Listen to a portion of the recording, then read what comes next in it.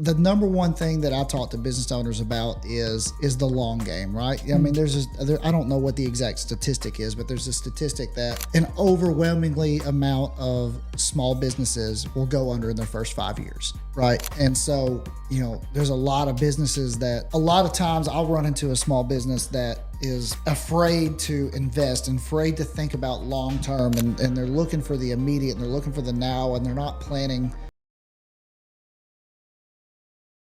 Welcome back to the Cory Lee Show, guys. Got another awesome episode today. I got my friend Cody Weaver. Cody is a serial entrepreneur. He's spent some time in the Navy. He's also in the process of moving and getting married. And so he's got a lot of exciting things going on in his life right now. And so welcome to the Cory Lee Show, Cody.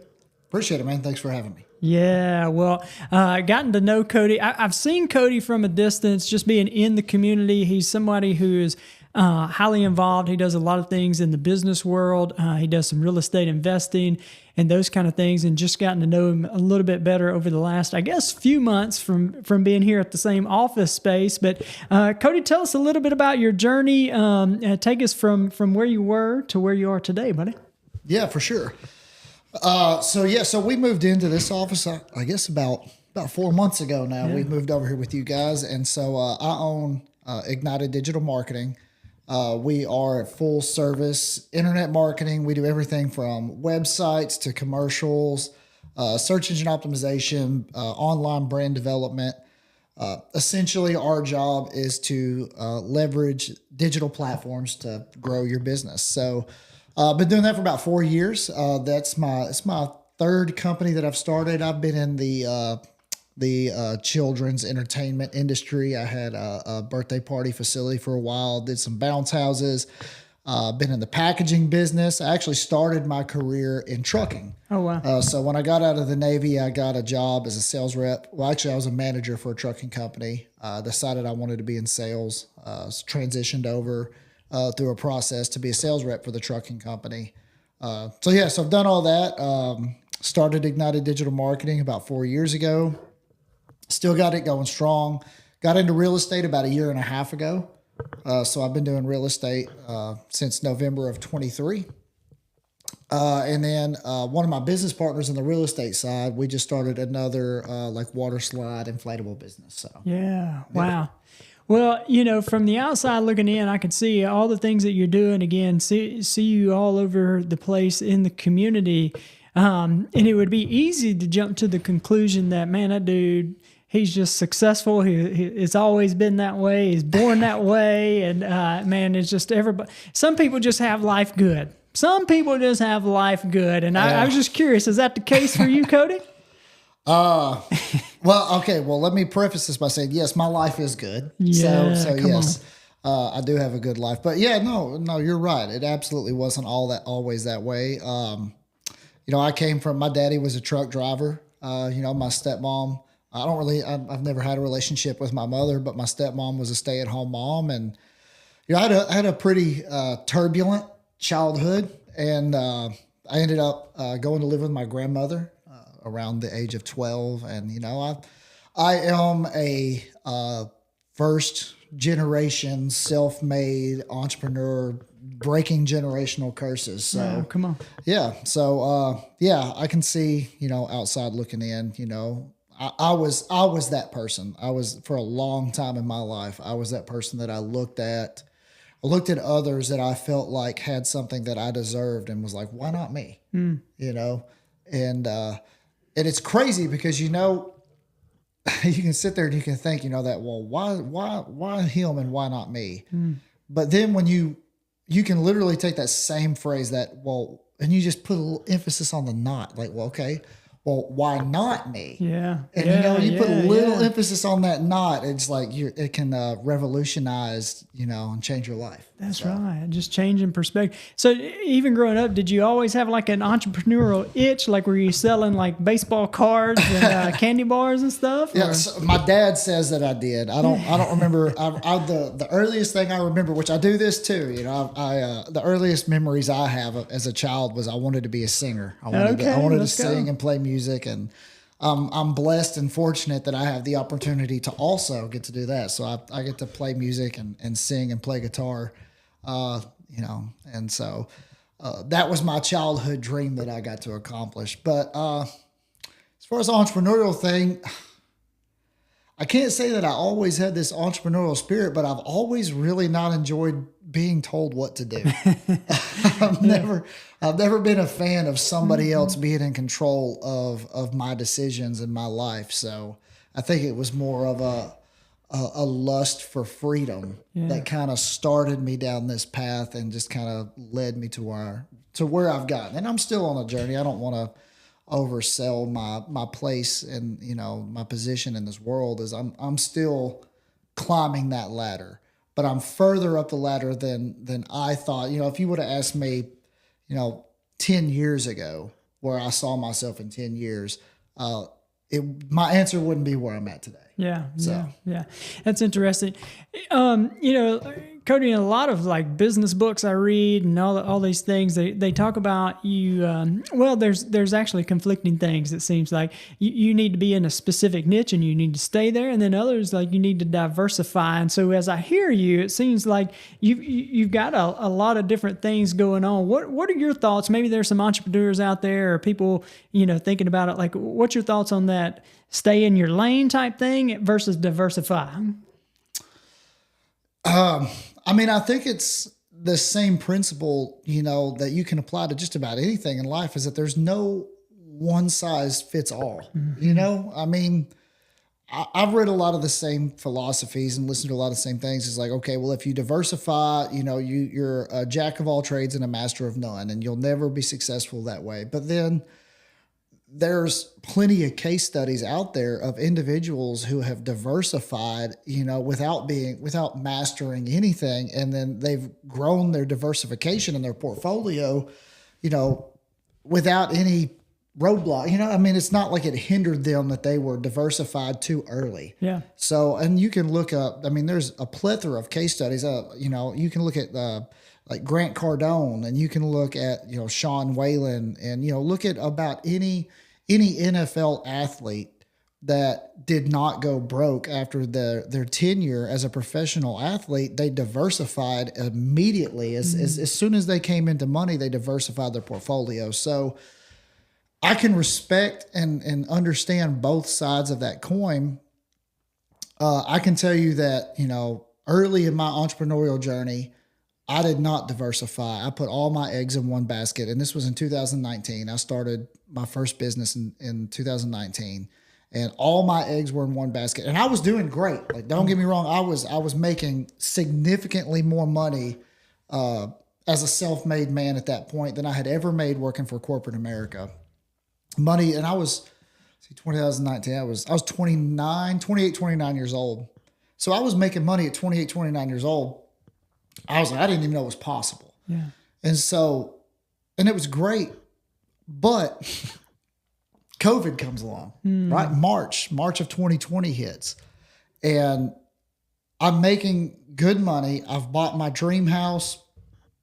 Life is good. I'm going on vacations. I'm taking trips.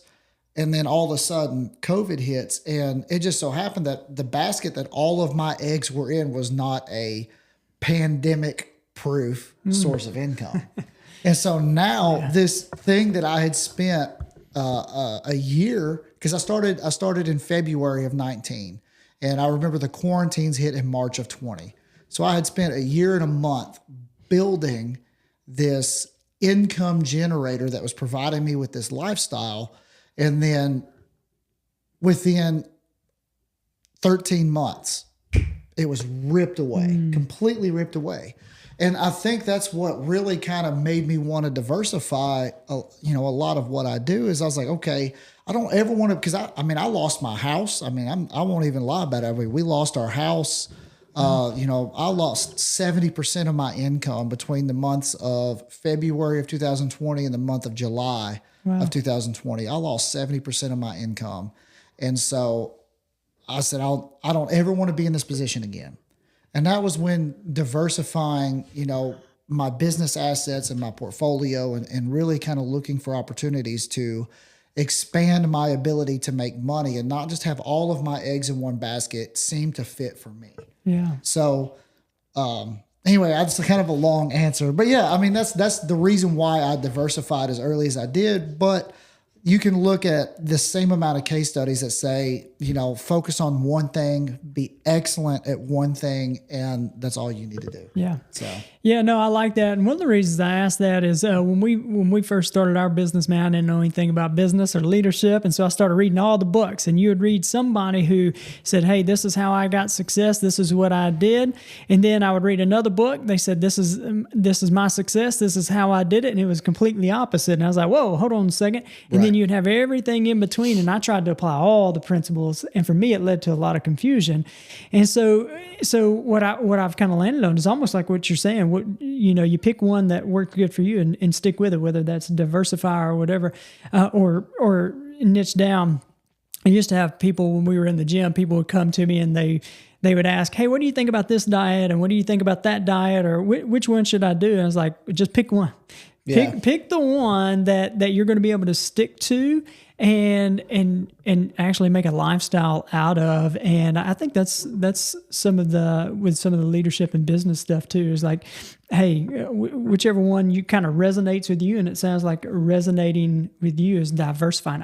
I'm with you. All right. I kind of like to diversify too. So there was I heard, I want to say, and if you listen to this, Jose, and I mispronounce your name, I'm sorry, but I went to a mastermind, and I believe it was Jose that said this, and his name was Jose Bolaños, I think is how you pronounce his last name. And if I mispronounce that, please don't get mad at me. I'm sorry. But this guy really inspired me, and he had a lot of really good quotes. But he had this formula, and it was about finding your place in the world as an entrepreneur. And it was one of the most ingenious things I've ever heard. And he said, you need 3 things for this formula. And it's what are you really good at? What are you passionate about? What problems does the world need solved? And how much are you going to get paid for it? If you can match up those 3 things, if you can figure out, okay, what am I really, really passionate about? And how can this help a problem that the world needs solved? And then how much am I going to get paid for it? If you can fit that formula together, that's all you need as an entrepreneur. Wow. And that really stuck out to me. I was like, okay. It really made sense because you can apply that to anything. Yeah. It's what are you for example, doctors are great. Surgeons, fantastic.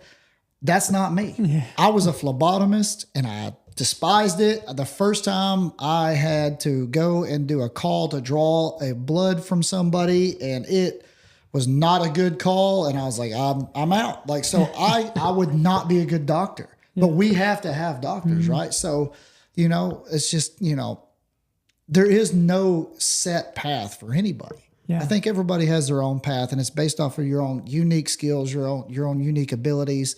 And then just being able to figure out, okay, well, what value can I put into the world, and what's that value worth? Yeah. Yeah. If you can solve that equation, I feel like you're destined for great things. Yeah, that's good stuff.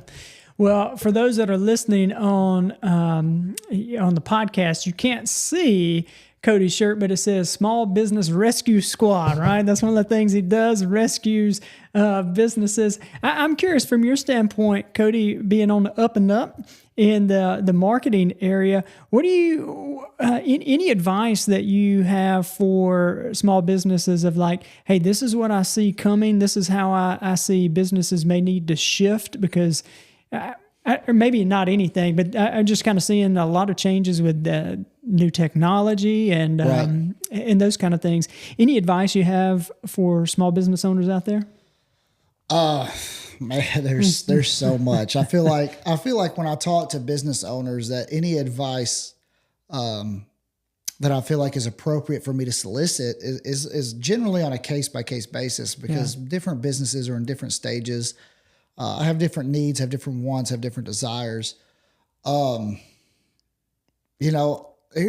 number one thing that I talk to business owners about is the long game, right? I mean, I don't know what the exact statistic is, but there's a statistic that an overwhelmingly amount of small businesses will go under in their first 5 years, right? And so, there's a lot of businesses that a lot of times I'll run into a small business that is afraid to invest and afraid to think about long term, and they're looking for the immediate and they're looking for the now, and they're not planning, long term. And I've never seen a business succeed doing that. You got to look at the long term game, and don't be afraid of change. Don't be afraid of technology. Don't be afraid of investing in your business. Yeah. There is no get rich quick scheme. Look, if being a business owner, if being an entrepreneur was easy, everybody would do it, right? We would every single person would be an entrepreneur. Every single person would be a business owner. It's not easy. It's hard, and you got to grind. And, there's a Julian Edelman quote that I love, and it's tough times don't last, tough people do, right? And if you're going to be an entrepreneur, you got to be tough. You got to be brave. That's something I talk to my children about all the time. I have two young boys, and being a young child, they're very easily intimidated. They're very easily scared of change and trying new things. And that's something I talk to them all the time. It's like, you've got to be brave. And so that's it. It's really hard to just say, here's a message that applies to everybody. But, if I was to say anything that you can take in as a young business owner, you're just getting started, no matter what your business is don't be afraid of change. Don't be afraid to embrace technology, be brave, be bold, and plan long-term. Don't think about, if you spend so much time focusing on, well, how are we just going to get through this month? You're going to miss out on opportunities that may be available to you 6 months to 6 years down the road. So yeah, man, that's good. You said Julian Edelman? Yeah. Is that the receiver? Wide receiver for the Patriots. Okay, yeah. I was going to man, all right. I haven't heard Julian Edelman. See, he was someone who inspires me, Cody. Short white dude or short guy out there, that just tough guy. And, I was a receiver, so he is an inspiration, right? There you go. I like them little small guy. I like them little guys out there. What's his name? Man, I'm drawing a blank. There was a little receiver for the Cowboys for a long time that I really liked, because he was like 5'10" and 175 pounds. It's like, that's me. Yeah, I could have been an NFL receiver. Man. That's it. Well, from in your industry, I would love, what about for you? What are you excited about in your specific industry, or what are you excited about in your business right now? What excites you? Yeah, with Ignited Digital Marketing, which is our internet marketing company, it's an ever-changing landscape of challenges in new technologies. Obviously, the world has been taken by storm over the last 12 months with artificial intelligence, right? Mm-hmm. And people are just, there's a lot of just, oh my God, AI is taking, we've had, I remember AI came out when I was, I was 15 years old, and I remember Garmin GPSs came out, and this satellite up in space knew where I was and how to tell me where I was going, and that was 20 years ago. So we've always had different levels of artificial intelligence. It's developed to a point right now to where it is a little scary. It's a little terrifying that you have these large language models, these LLMs, which is what most of the AI is that's out right now, that have the capacity to do things that we didn't think was possible. Yeah. But that's what human evolution is. For as long as we've been civilized, there has been advancements in technology that we didn't think were possible. So that's what's really cool. I guess, to answer your question, as far as what I do with digital marketing, we've been leveraging, our different types of artificial intelligence, specifically large language models, since I started the company almost 4 years ago. So we've been kind of at the forefront of watching the development of this technology. And I'll be honest, it's pretty incredible. There's a lot of really incredible things that AI is doing for us. And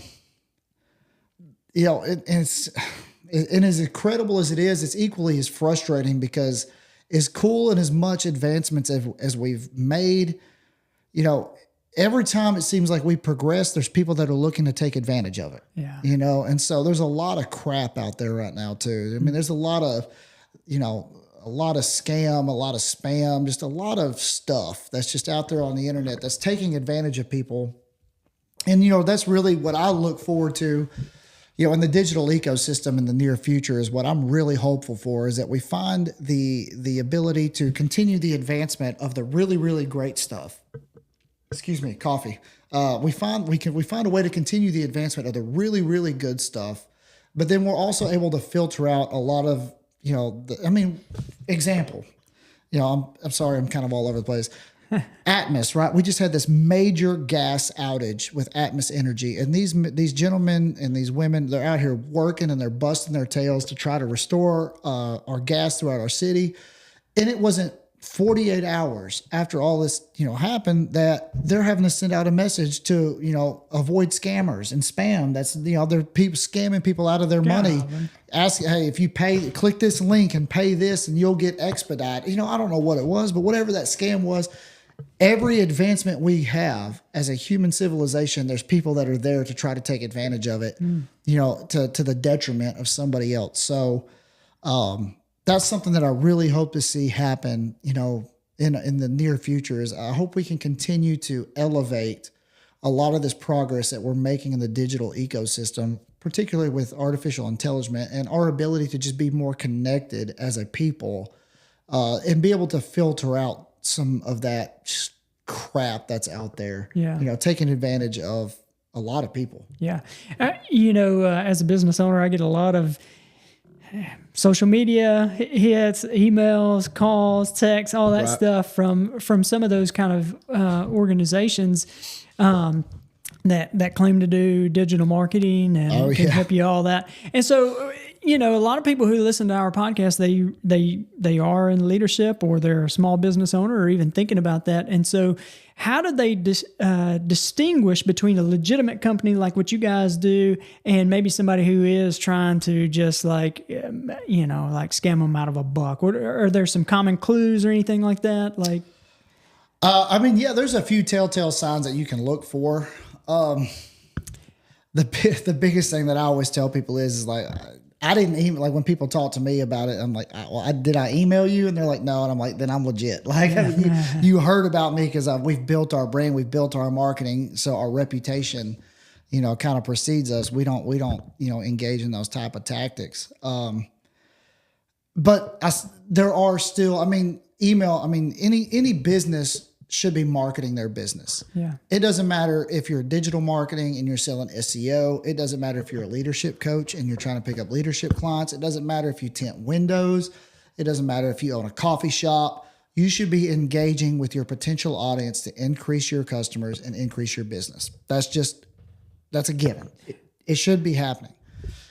Unfortunately, the people that seem to do it the most are people that claim to be digital marketers. And so we get, and a lot of them, they find these ways around different systems to be able to spam. And, here's a few things I always say is, one is, where does the email come from? If it's coming from a Gmail account, if it's coming from a Yahoo account, do you really want to trust somebody that doesn't even have a domain to handle your marketing? That's something that's great to look for. The literacy of it, the grammar, look for, a lot of these things, they're mass emails that are just sent out to thousands of people at one time. So look for the grammar. The biggest thing is research. If you're going to look for, and this is not just for digital marketing, right? Because I started Ignited Digital Marketing because digital is what I'm good at. Mm-hmm. But it's not the only form of marketing, and it's not the only form that works. And there's a lot of digital marketing about, well, you don't need to invest in radio. You don't need to invest in TV. You don't need to invest in print. You don't need billboard. You don't need none of that. All you need is digital. That's a red flag. Run from that person, because that's not true. Marketing, it takes, every study in marketing says it takes 7 to 10 touch points before you can convert a prospect to a new client. Yeah. So you want to be able to get in front of your prospective client as many times as possible. Now, where is that client at? If that client is an Uber driver, or they drive a taxi, or they're constantly in a vehicle, or that they're in town and they're driving to and from home every day, a billboard might be worth your investment, if they're listening to the radio, if you're an auto mechanic and you work on primarily older model used vehicles, Okay, most of those vehicles don't have satellite radio. Radio might be a really good investment for you. So your target clientele, they can be anywhere out there. So it's, I'm got off on a rant. Sorry. Yeah, that's good. Yeah. But, so I got into digital because it's what I'm good at. So I would never discourage anybody from investing in any form of marketing that is going to get them in front of their clientele. So a red flag a lot of times is if you have somebody that's telling you to put all your eggs in the digital basket, or whatever, that's a red flag. But do your research on them. If you get an email, because I get email, I get them the same as everybody else. I own a digital marketing agency, and we'll rank you number one on Google. I get that email 20 times a day, and I'm like, I'm already number one on Google. I know what I'm doing. I got this. So, and just be careful. Anything that sounds too good to be true typically is. And there's actually, there's Google just rolled this out, and I can share this link with you if you wanted to share it with whoever. But you actually have the ability now, because of this, because of all of what you're talking about, these spammers and these scammers talking about, I'm, the top rated SEO agency. I guarantee you the number one ranking on Google. Because of that, Google has actually rolled out a process where you can file complaints against anybody that is advertising those tactics. Excuse me, this coffee was a bad decision. I'm sorry about that. So anybody that's advertising, guaranteed number one on Google, guaranteed that you're going to get this and that and this and that. You're able to file a complaint with Google, and Google will investigate them and can even fine that business for doing that, because that's not how it works. Wow. You can't guarantee anything. So anybody that says, I guarantee you this, I guarantee you that, that's a red flag. There's nobody that you or I are going to come in contact with, at least not at this stage in our life, maybe one day, but right now, that has a direct influence over what Google does or doesn't do. Right? All we can do is we can apply best practices to deliver what we know delivers the best applicable or the best possible results. Yeah. But there's no guarantees. So I would, look for that. I feel like, a lot of our intuition as business owners, I know mine, yours is probably the same. My intuition has really never led me astray. If something comes across my desk, something pops up on my computer, whatever, that I say, okay, that's a little fishy. Generally, I'm like, okay, I know that I need to stay away from it. Yeah. So yeah. I've been got a couple of times like everybody else. So. Hey, I want to go back to something you said I find kind of interesting. One, you said you went into entrepreneurship because you didn't necessarily, you probably like me. I don't necessarily like being told what to do, right? And so, curious, why did you go into the military then? Yeah, that's interesting, right? So you go into the Navy.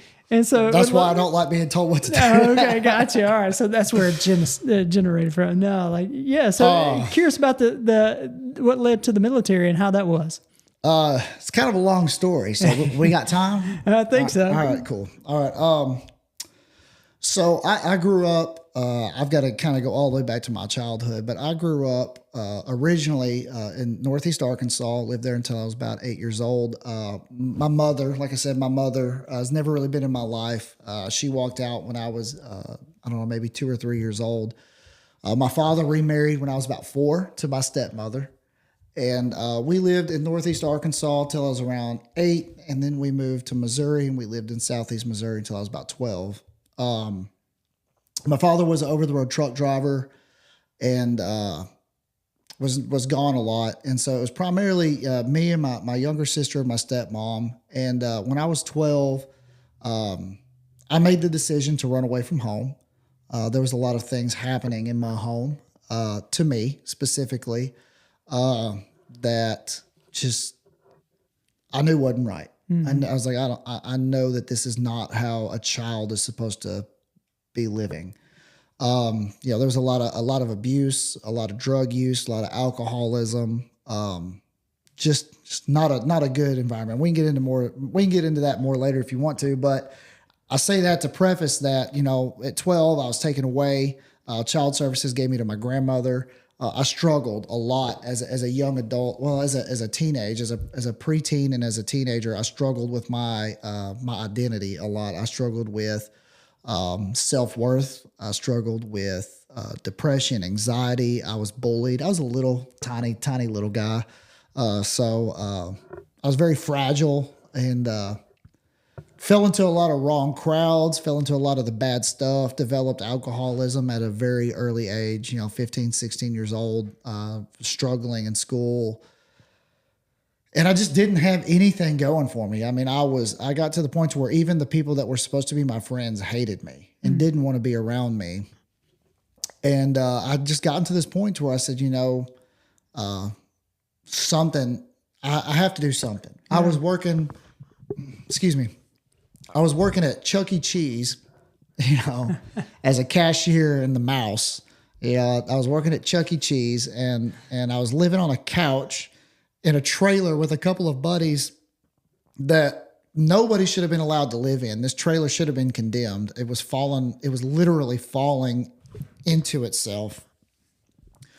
And me and these two buddies, we were just partying. I mean, that was it. We were just drinking and partying and fighting and just everything that leads you nowhere in life. And I don't know, I just got to this point where I was like, I've got to do something. I don't want to do this for my whole life. There's got to be an opportunity for me to do something different. And so I joined the Navy and I was actually supposed to have already joined the Navy. I had previously committed to joining the Navy and I backed out because I was having such a good time partying. And so that was fun. I had to go through a long investigation about why I wanted to get back in or why I wanted them to take another chance on me. Wow. And but ultimately they gave me another chance, but they said I had 11 days. They said, all right, if we're going to let you in, we're not giving you no time to think about this decision. You can't go out and party and have a good time and decide you want to change your mind again. Hey guys, I hope you are enjoying this episode of the Cory Lee Show. Y'all, I am on a mission to build leaders and to transform culture. So if you're looking for a speaker who speaks directly to the heart, a mentor to come alongside you and your team, or if you're in a position where you're looking for a personal coach who embraces where you are and also believes in who you could become, then I would be honored to walk this path with you. Simply reach out to me on my email at Cory@CoryLeeLeadership.com. Look, let's make your vision a reality. Contact me and together we'll navigate the path from aspiration to achievement. Your transformation, it starts now. You're taking the first thing we have open. And I said, okay. And they said, the first thing we have is in 11 days. I said, all right. Wow. So I left the recruiting station, signed all the paperwork. I went home. I told my grandmother, I said, I go to boot camp in 11 days. And she was the only one that knew. Wow. Yeah, I didn't tell anybody else. I didn't tell any of my friends. I was dating a girl at the time. So my girlfriend at the time, she knew. Because, you can't just disappear from your girlfriend for 3 months. But yeah. But I didn't tell my parents, I didn't tell my dad. And, I'd kind of started reconciling my relationship with my parents at this time, but not a whole lot. But yeah, and so got home 11 days later, went to the Navy. Like I said, I knew that if I wanted to be anything other than the bum that I was, I had to make a change. And I knew I couldn't go to college. I'm not the type to sit in a classroom. I didn't have structure. I didn't have guidance. I really didn't have an identity. And I just kind of went in on a hope and a prayer that I would find it somewhere in the Navy. And I was fortunate. I did. Wow. I did. So that kind of set me on the course. And this is a conversation my father and I had not long ago it gave me something that I'd never had in my life, which was, the structure and the ability to find out who I really was and what I was really made of. Yeah. Wow. That's interesting. I'd be curious. You mentioned living in the trailer with the guys and you're like, man, I don't want to be a bum no more. Was there a moment, do you remember a moment or maybe a specific instance where it's like, you know what, something's got to change? Was there a moment like that? There was a lot of moments like that. Or maybe the final straw where you said, all right, guys, I'm going. Man, there was a lot of moments like that.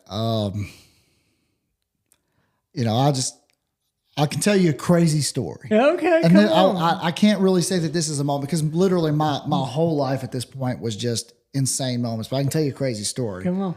So I'm going to start with the most recent part, and then I'll go back in time. So about, I don't know, 5 or 6 years ago, when I owned my water slide delivery company and we were out running deliveries, I went to Pyro's Pizza with a guy that worked for me to get lunch.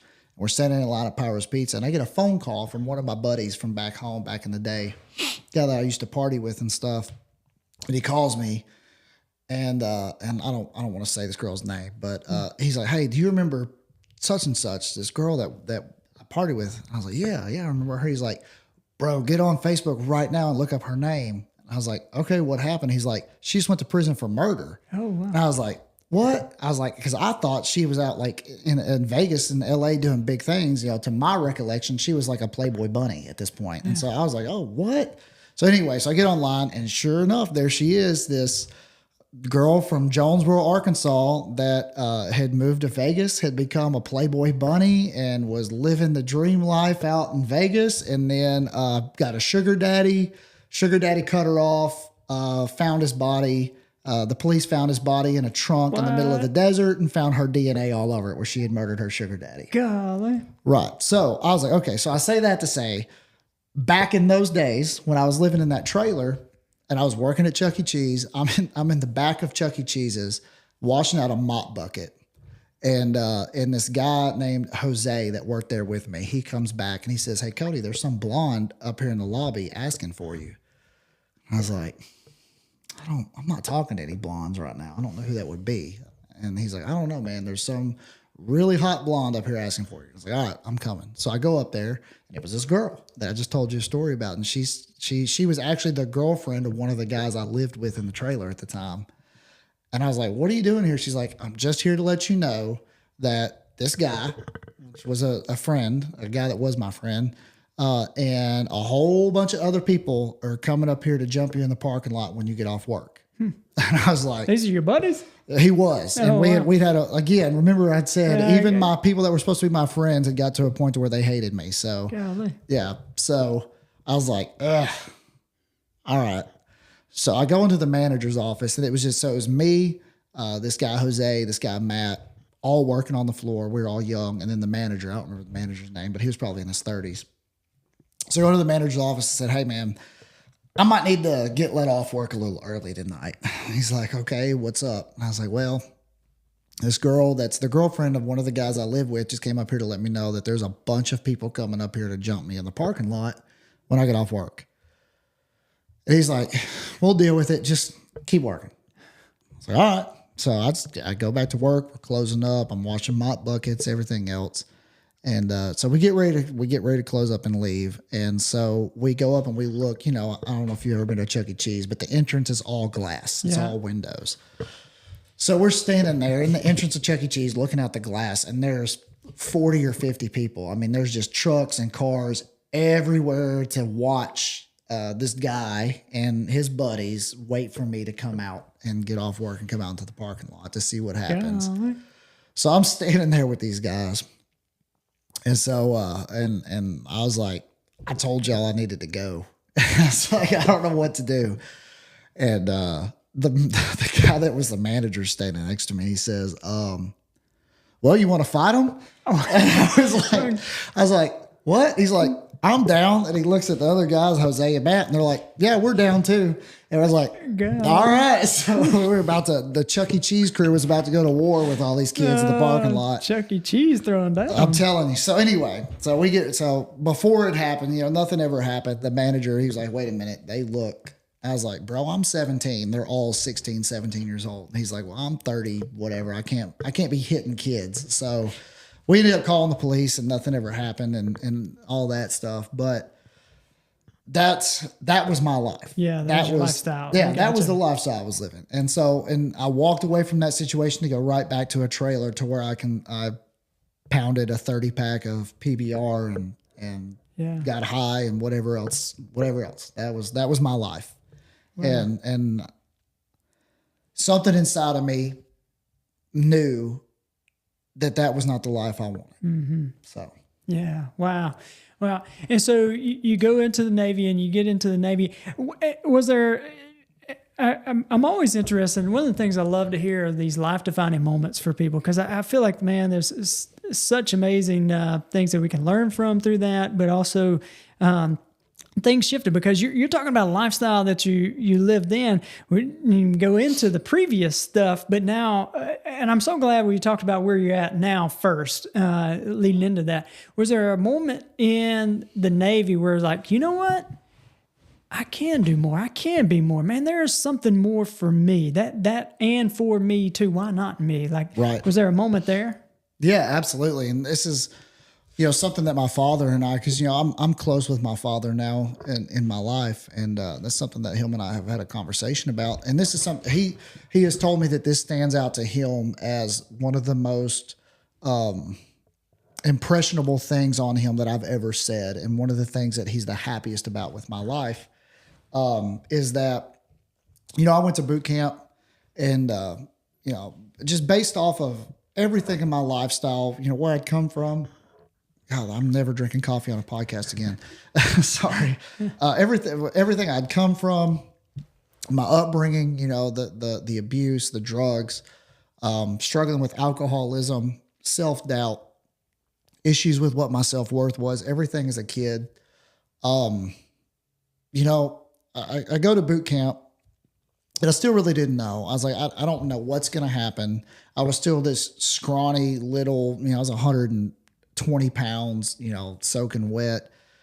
And I didn't really know anything. And my whole life I had been told what I couldn't do. I couldn't go to college.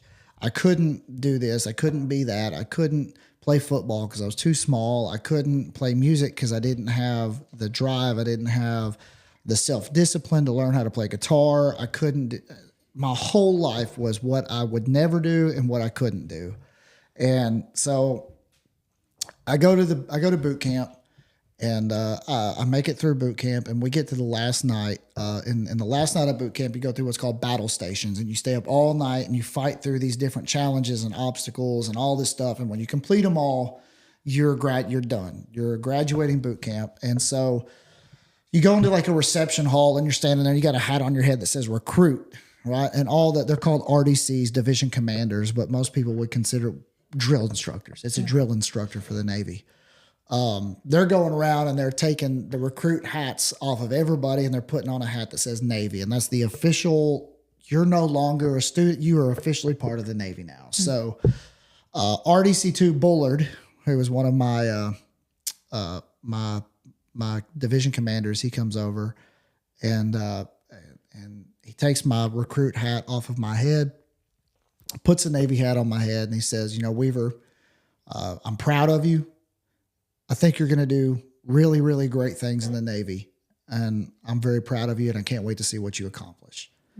And it was the first time in my life that I can recall that a grown man that I had respected and somebody that I looked up to and somebody that I admired had ever looked me in the eye and told me that I could do anything. Wow. I had never been told that I could do anything. Yeah. It was always, you can't do that. You can't be this. You'll never do that. You'll never be this. And so when he did, I broke down and I was just crying, and I was like, I want to prove him right. Yeah. I was like, I want to prove that he's right and that I can do anything.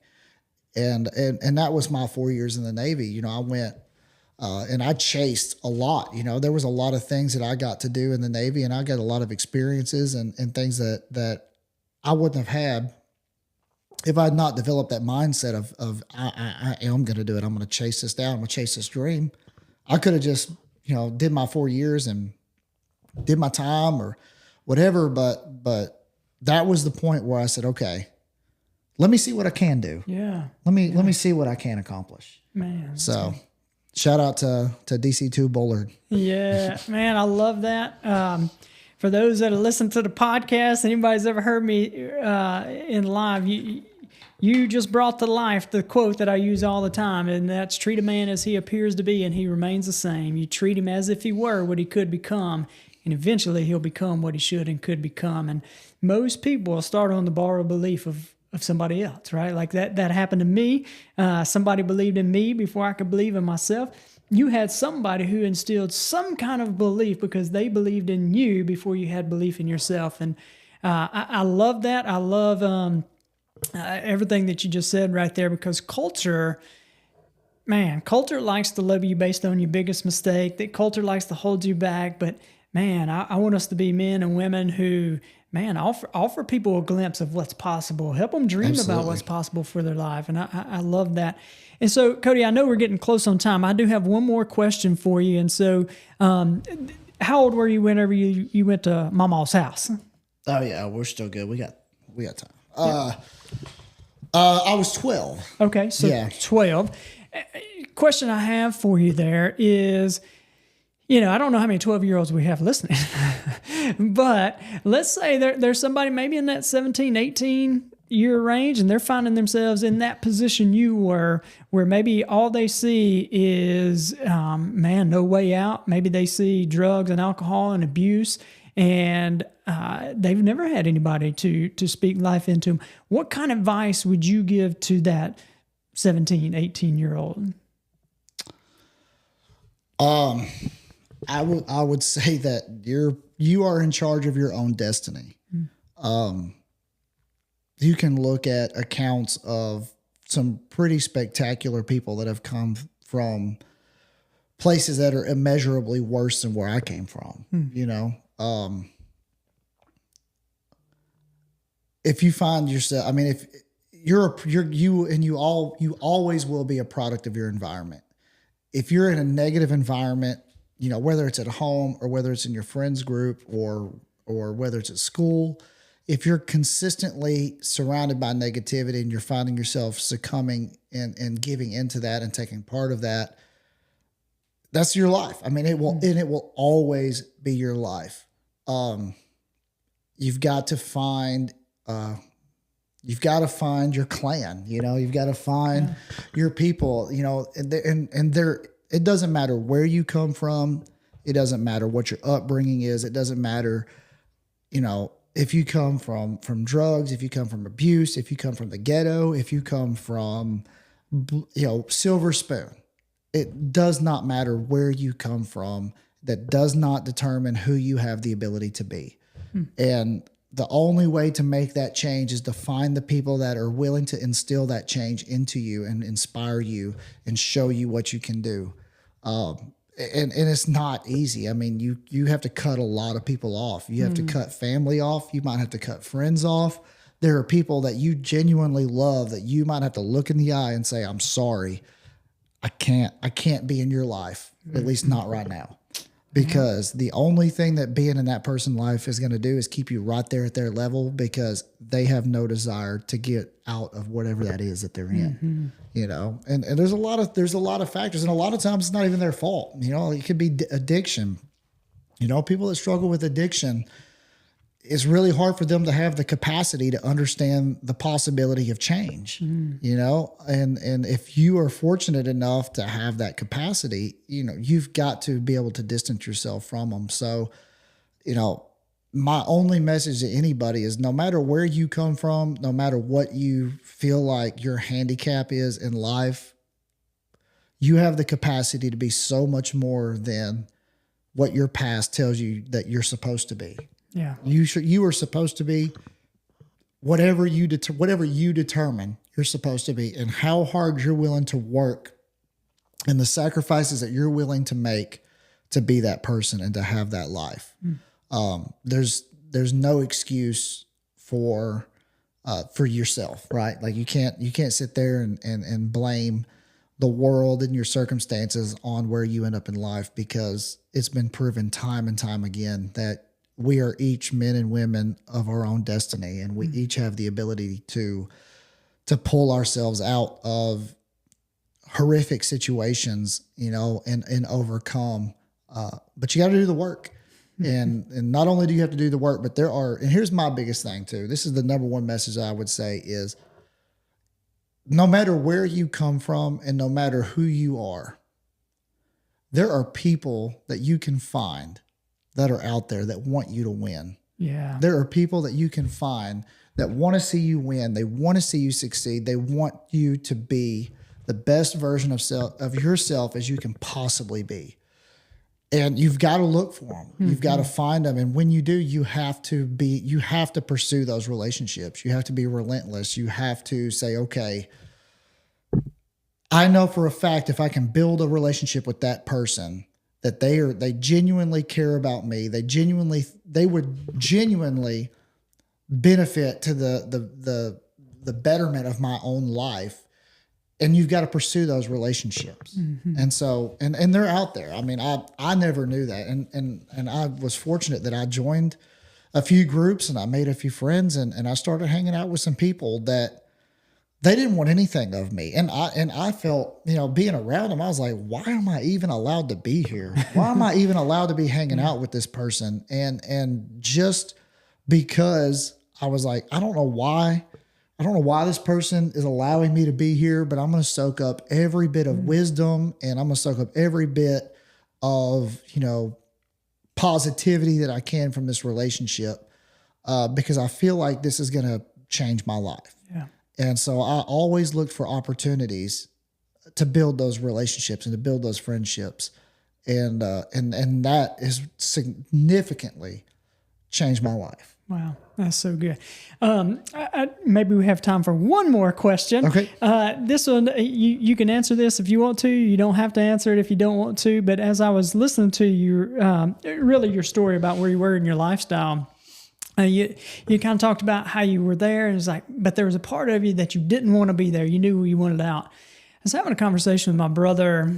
Man, that's probably about a year ago. So my brother is someone who has struggled with addiction for a long time, doing, all kind of crazy stuff and bad stuff.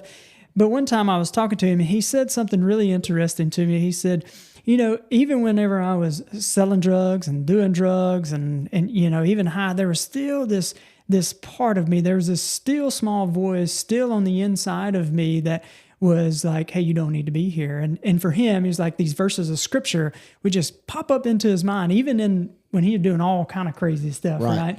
And so I'm curious, has faith ever been a part of kind of background or like, did you hear any of those kind of things like when you were in those seasons? Or did faith play a part in background stuff? It was kind of it was never an overwhelming part of my life. Not at least not coming up, growing up. Yeah. We went to church when I was very young, up until we moved to Missouri, and that just kind of ended, a lot of my connection to God and everything like that. But when I ran away from home and and I got taken away and I got placed with my grandma. My grandma was like, okay, well, we need to be in church. Yeah. And so that kind of reintroduced me into church. And I remember there was one defining moment I remember as a kid having, and it was kind of, I feel like everybody has this moment. They're like, man, God is like, if God's real, because that was nothing but that was God. And I remember, so I was very shortly after so it was actually my great grandma that adopted me. So very shortly after my great grandma and my great grandpa had adopted me, my great grandpa ended up passing away within just a couple of months of adopting me. And like I said, I was a very fragile, very insecure 12-year-old whose entire life had just been ripped to shreds. Yeah. My parents had, walked, I'd lost my parents. I was more worried like my dad. My dad was my hero. Mm-hmm. And, all the abuse that happened to me as a child, it was my well, I can't say all. 95% of the abuse I endured as a child was from my stepmother. My father, for the most part, was very, he was my hero. Yeah. And so I'd lost my father, right before I was adopted by my grandparents. My father got down on his knees in a McDonald's parking lot in front of our family counselor and told me that I was not his son and he was never going to see me again. And so I'd lost my father. I'd lost my sister. I was 12 years old. I didn't know who I was. You know, what did I do wrong? You know, why did my dad choose my stepmom over me? You know, a lot of those types of thoughts. You know, why did he choose this lady who beat the crap out of me every day for the last 3 years over me? Why did he not believe me? I had all this stuff, and I was just falling apart. And then my great grandma and my great grandpa adopt me, and I get this new home, and things are gonna be okay. And then my grandpa dies, and so now it's me at 12 years old, and my great grandmother, my great uncle who's mentally handicapped, and that's my family, and I'm just lost and I'm confused. And I remember I just took off one day, and I was like, I took off, and I just went riding, and I rode my bike all over town, and just, I don't know, I was being whatever, and doing whatever an emotional 12-year-old boy does. And I came back home, and I didn't want to go inside. I didn't want to face my grandma and my uncle because we had just had a big fight, and I was embarrassed, and I was ashamed, and I felt worthless, and I was like, I'm just going to sit out here on the road. So I threw my bike down, and I go out in the middle of the road that we lived on. It was a little cul-de-sac, and I just sit down in the road, and I'm just sitting in the road staring down at the ground. And I remember our next door neighbors, it was a lady and her son was in his 20s. And just a normal 20-year-old, goes to college, good-looking dude, probably played football. I don't know. He was cool. He was that cool guy. I was like, man, our neighbor's cool. Yeah. I'd never talked to him, didn't know his name, nothing. And so I'm just sitting in the road, and I'm just like staring at the ground, you know, kicking rocks with my feet, and, you know, digging in the dirt with my hands. And this, my neighbor, he just comes out, and he sits down next to me in the street. And he's like, what's up, little dude? I was just like, yeah, hey. And he's like, what you sit out here in the street for? And we just started talking. And he sat out there, man. That man sat out there with me, I don't know, probably an hour. He probably sat in the street with me for an hour, just talking to me about everything, about my family, about my life, about where I came from, what I was going through. And just, I mean, he didn't have to. I mean, this was probably like a Friday night, and, you know, this man in his 20s, he's probably trying to go have a good time. And he just came out and sat with some random 12-year-old in the middle of the road and talked to me. And a lot of it he talked to me about, you know, he talked to me about God, and he talked to me about, you know, being faithful and being strong. And it was cool. And then I remember one of the things I'll never forget is we got up, he stood up, and he lifted me up off the ground, and he gave me a hug, and he started walking back towards his house, and I started walking towards my house, and I still had my head down. I had my head hanging low, and he turned around, and he's like, hey, kid. And I turned around and looked at him. He's like, pick your head up. He's like, you'll never see where you're going in life looking at the ground. Wow. And I was like, and so that was kind of one of those, that was the moment in my life. I was like, that was God. Yeah. That was God intervening in my life to show me that there's hope. Yeah. And so that was a really big moment for me. And I'll be honest, you know, I've struggled my entire life with spirituality and in my faithfulness, and I've had a lot of times in my life where I've fallen away, and I've pursued the good time and the fun times. And that's one of the things that I credit my fiance for, you know, that we're getting married in just a couple weeks. You know, I was 15 years old when I stopped going to church. That was 20 years ago. Yeah. Wow. I stopped going to church 20 years ago. Didn't have any use for it. I had 100 excuses about why I didn't want to go to church. I was spiritual, but I wasn't religious. I believed in God, but I didn't believe in religion. And I had all the excuses about, you know, why I had kind of lost touch. And, you know, when Lisa and I started dating, you know, she was getting ready to go to church one morning, and I was just like, and I didn't even think about it. I just said, I was like, do you want me to go with you? And she's like, do you want to go with me? And I was like, if it's important to you, it's important to me. So, and she's like, I would love for you to come with me. And so I did. And so I went to church with her, and we go to the Orchard. And so I started going to the Orchard with her, and I really fell in love with that. I really love the pastors out there and the community. And And yeah, that's one of the things I credit Lisa with, and one of the reasons why I really fell in love with her and that I'm excited that I get to marry her is she has brought me closer. She has helped me rebuild my relationship with God in more than I've had since I was a small child. Yeah. So I'm fortunate for that. And that's something that I will always be able to say thank you to her for is, she took me, she took me off the street and brought me back into his house. So I appreciate that. Yeah, man, that's so good. And the reason I asked that is because I'm sitting here and I'm listening to your story, and man, I can just feel the, however you want to say it, the Lord in me just crying out to you of like, man, he cares so much for you, that he's got such a great plan for your life. And even in those moments, I could, when you were saying like, man, I know I'm made for, I don't want to be here. Like I can feel him saying, yes, I got something bigger and better for you. And I love the 20-year-old just coming and sitting down beside you. I can just picture it in my mind's eye. Yeah. Like, oh, dude, just come and sit beside you. It's pretty incredible. Yeah.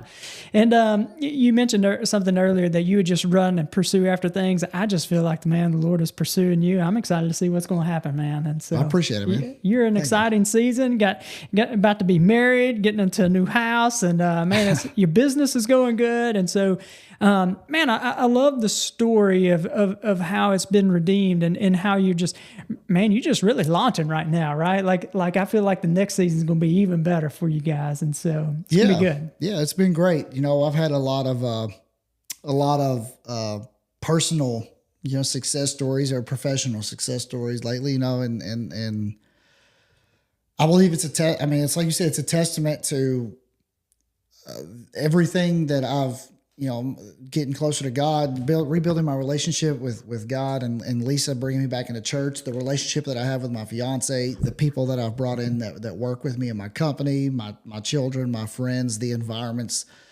I am a product of my environment. I'm fortunate enough, I think I told you like about a month ago, I had the opportunity and the privilege to submit a financial statement to my banker. And it was my first time to ever get to write down that I had a seven-figure portfolio. And that was something I never imagined that a kid like me coming where I came from would ever be writing out a seven-figure number over over my assets that I've been able to obtain. And if I can do it, anybody can. Yeah. But I'm a product of my environment. People like yourself, and my fiance and a lot of the groups and the organizations and the people that I've surrounded myself with, they constantly uplift me. They're constantly rooting for me, cheering for me. Those people are out there. And if I can leave this podcast with any message to anybody, it's that I swear to you, I promise you, I don't care who you are or where you came from. There are people out there that want to root for you and they want to cheer for you. And if you can find them, you cling on to them and build those relationships with them. And I promise you, you can be everything you want to be. Yeah, man, that's so good. Well, Cody, you've added a ton of value to me, I know, and I know you've added a ton of value to the listeners. So say there's a business out there and they need some small business rescuing. How do they get in touch with you, Cody? So my company is Ignited Digital Marketing. We're right here in Tupelo. You can find me on all your social media channels. Cody Weaver is my name. And anything business related, whether it's, I do a lot of sales, marketing, coaching. We do internet marketing. If you got real estate, I love to talk about all that. Being fatherhood, being a dad, business. I'm always down to hang out and talk about any of that stuff. So yeah, good stuff. Well, we'll have the link to Cody's website in the show notes below. Make sure you reach out to him, get connected with him. He's on all the social media platforms, like you said. And so, Cody, just thanks for coming on today, man. Yeah, thanks for having me, man. Had a good time. Man, that's good. Well, guys, if Cody has said something that has added value to you, comment it and we'll pass it along. Reach out to him. But make sure you like and subscribe so you can stay up to date with any of the latest episodes on the Cory Lee Show. And hey, hope you guys have a great day and God bless. 3, 2, 1. Okay. Thanks for joining me today. I hope I have added value to you. And if you have found value in this episode, let me know. drop a comment, and make sure you share with a friend or family member. See you next episode.